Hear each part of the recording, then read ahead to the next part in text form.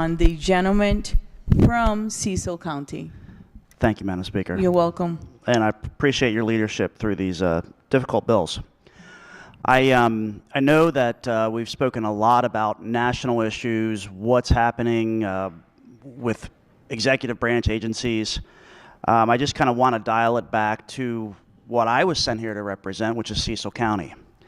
If you take a look at the fiscal note, you'll see that Cecil County is mentioned in there and that we have a jail enforcement program. And I want to stress that that program is only exercised within the confines of the jail. I also kind of want to provide a little bit more background about the training that the folks that administer this program have to go through. And I'm reading this directly from a slide deck that was prepared by our sheriff in Cecil County. ICE provides a 4-week entry-level training program and a 1-week refresher every 2 years, conducted by certified instructors at the Federal Law Enforcement Training Center, the ICE Academy. And during that training, cross-cultural communications and the avoidance of racial profiling is part of that required training. It's at no cost. ICE also provides equipment and oversight. And currently there are no county employees at the Cecil County Sheriff's Department that are purely dedicated to the 287G program. They just help administer it, okay?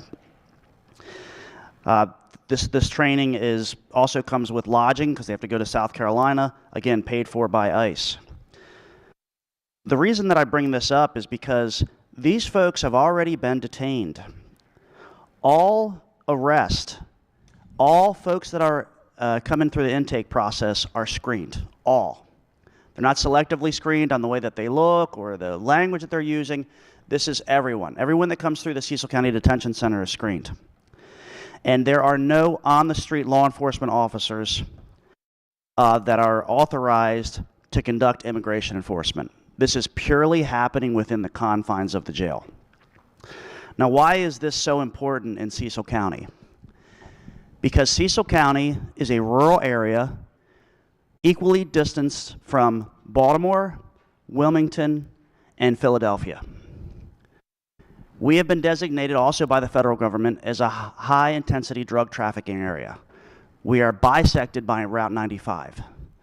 So what happens is that we have become somehow an outpost for some of the worst of society. Folks that didn't grow up in Cecil County, folks that aren't native to Cecil County, and they're using Cecil as an outpost to be able to operate drug cartels, murder, all of the crimes that we've heard, and we've actually arrested on numerous occasions, and we talked about this last year when we debated the bill, folks that are wanted by the federal law enforcement. That is why this program is so important to us. I mentioned my sheriff. My sheriff and I got elected around the same time. And unfortunately, he's done a fantastic job. He has decided that he is no longer going to run for re-election. This is one of the major reasons that he and so many other people in law enforcement are walking away from their jobs. Because the tools that they use to keep us safe and to keep our community safe that are highly regulated are being taken away from them. That's why today I'm asking you to put up a red vote. We've had this program since 1996. It's working at Cecil, and it's going to have a terrible impact on my constituents if it passes. Please offer a red vote. Thank you.